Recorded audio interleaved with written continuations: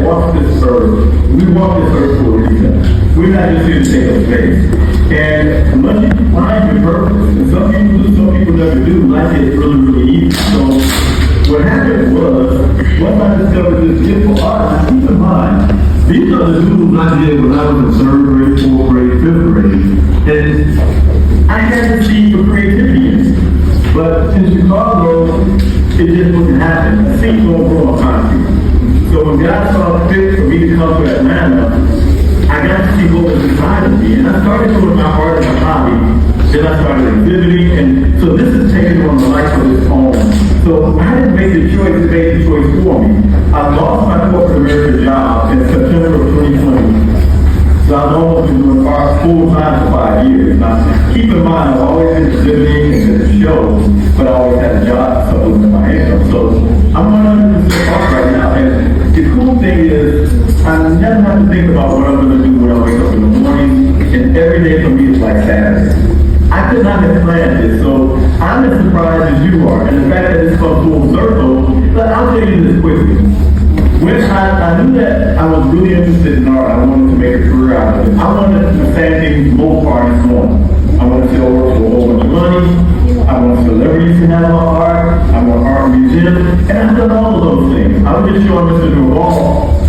I was on social media the other night, and I saw a work of art of mine that Shaquille O'Neal has. He was making a post, and I don't know if you can see it. You see on the top of that canvas, that colorful thing? Yes. Well, that's a basketball that I think that he has. It's just like this. And those are all cool things. But the reality is, me sitting here talking to you, inspiring all of these generations, at this point, I have interacted with tens of thousands of students, not just in the United States, around the world. And there's nothing to be more fulfilling than inspiring and motivating the next generation of creators, and that would be you. I'm 64 years old. I know, I don't look it like, but no, really, I'm 64 years old. So it's super important that you guys know that you're the next generation of creators. I told Mr. Duval, I wake up every day with 10 fingers in 24 hours. I have no special skill sets. That's it. My journey is different. So I'm a vessel. I was put here to create art, and I had no idea that I would be encouraging drones and students all over the world to create this type of art. It's the best thing in the world. I'm telling you, I am the luckiest dude in the world to be able to do this. It's not easy every day. It truly isn't. I'm not rich. I'm okay, but to be able to do what you want to do every day, that's the epitome of being successful. See, Mr. Duval, I knew these were going to be good questions, and I was not here to give short answers. So There you go. Those are perfect. We appreciate the time and honestly the knowledge you're passing on is super appreciative as well. Can I go ahead and get the question by Zoe first?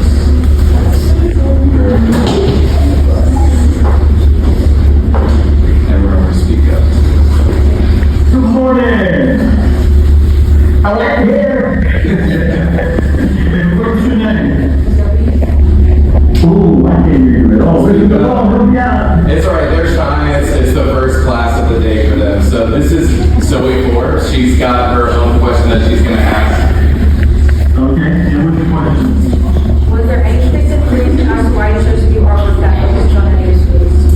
You guys repeat that for me, Mr. Duval. I apologize. It's so hard to hear you guys. I don't know if you can hear me. It's hard to coming through, and my laptop is all the way up. So Zoe had like negative space as a subject to kind of tackle, more so specifically for the Michael Jordan piece. Like what kind of inspired the approach to negative space? I can tell you exactly what inspired me. Before I did that painting, I did a mural. And I liked the mural so much, I said, I'm going to do a painting based on the mural. But then when I looked at the canvas and I blocked it in, I said, well, it was better because it was just so little. If this were a big canvas and this is all I had on it, it wouldn't have read as well to me. So I reversed it. And originally when I was doing this painting, I was not doing it for Michael Jordan. I was doing it for myself. I was lucky and I went to this basketball camp. He used to hold basketball camps for guys 35 and over. And I went to this basketball camp. Now when I went to the camp, I met him. And that painting I was doing was in progress. He saw the mural and he loved it. I said, well, check this out. I'm doing this painting. He said, I want it. Well, what do you mean you want it? I'm doing this for me. But you can't really tell Michelangelo, no, you just can't. So that was actually the foray into me using a silhouette in my work.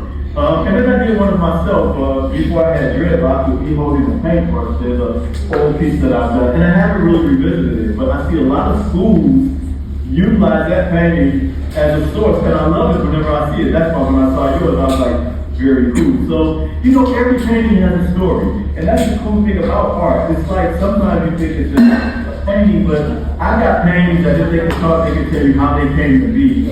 So, in as much as I am creating and sometimes it's spontaneous, there's always a subplot or sub-story behind it, and those stories are always really cool to relate to people when they want to know, how did this come to be? Because it didn't just come to be, you're absolutely right. But that's how it all happened. So great question. Thank you so much. Thank you, Zoe.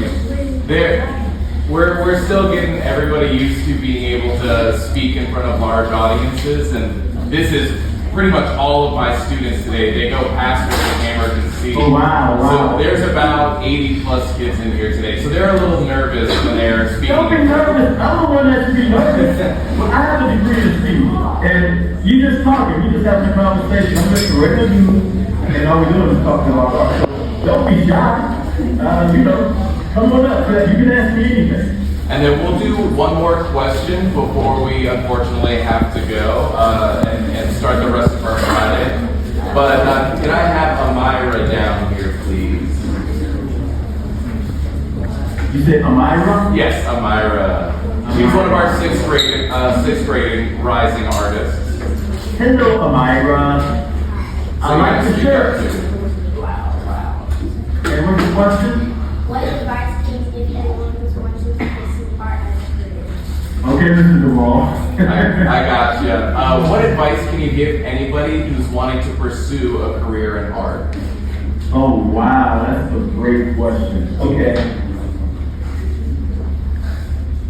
This is the one place in life where there truly are rules. You have rules at school, you have rules at home, I have rules. There's no such thing as an idea that's too crazy. So once you come up with an idea, just take the time and have it come full circle.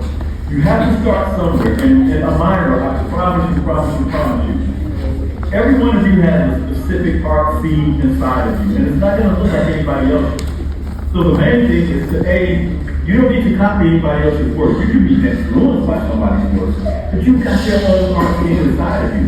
So the most important thing I can tell you to do is to create. Now, Amira, I like to use this in my Zoom sessions as an example. This is a small piece of wood that I did a little doodle on, and it's only 1 inch.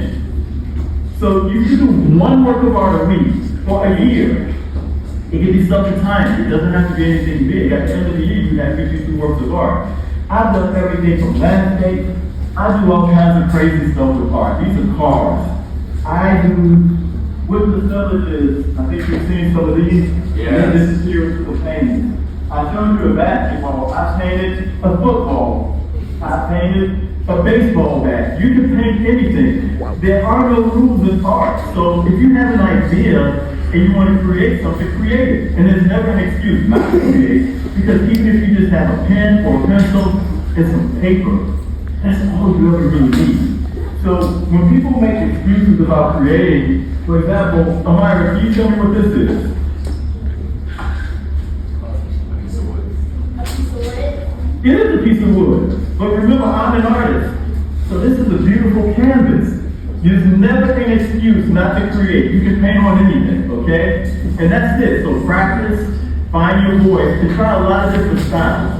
And then you're going to find something that you're going to connect with so strongly, and that's going to be your thing. And you know what, guys? Even if it's not art, if it's music, if you're acting, if you're singing, whatever your art scene is, it doesn't necessarily have to be visual art. You just have to tap into that. And don't listen to anybody else. Keep the outside noise out. Stay true to yourself. Create what you want, and you can't go wrong.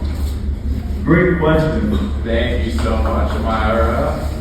Awesome. Well, Mr. Laurent, I know I speak for everybody when I say thank you so much for taking the time out of your day to speak with our students. And I know I'm excited, and the 6th and 7th graders who are going to be here with us this year, I know they're going to be looking forward to doing like the full session with you guys. So I really appreciate you taking the time today to speak with us, especially on a Friday as well too. And yeah, from us over here in Burlington, North Carolina, we really appreciate you taking the time. And again, like anytime I have an opportunity to get to introduce them to an artist that they learn about, it's amazing. Thank you again. Well, absolutely. And I'm honored, the other honor that you invited me to connect with Val. I mean, everybody has a great weekend. You know, create a small world weekend. Show us the all what you did. That would make my day. Any of you, anybody in there, create something over the weekend, and then do the wall, just get a picture on Monday and Tuesday. Man, I know what I'm supposed to do. So thank you again. As you say, and thank you again for inviting me, Mr. Wall. Thank you so much. I appreciate it. Have a great morning too. You as well. Thank you. Everybody has a good one. Thank you.